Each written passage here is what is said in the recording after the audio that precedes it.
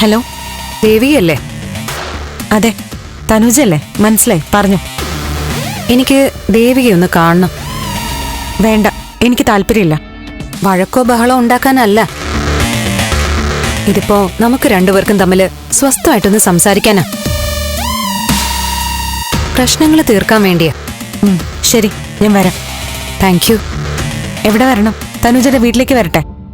ആ വേണ്ട, നമ്മുടെ ഈ കൂടിക്കാഴ്ച മറ്റാരും അറിയണ്ട. നമ്മൾ മാത്രം അറിഞ്ഞാ മതി. അതെന്താ? അത് വേറൊന്നും കൊണ്ടല്ല, എല്ലാവരും അറിഞ്ഞാ വീണ്ടും സംശയങ്ങളാവും.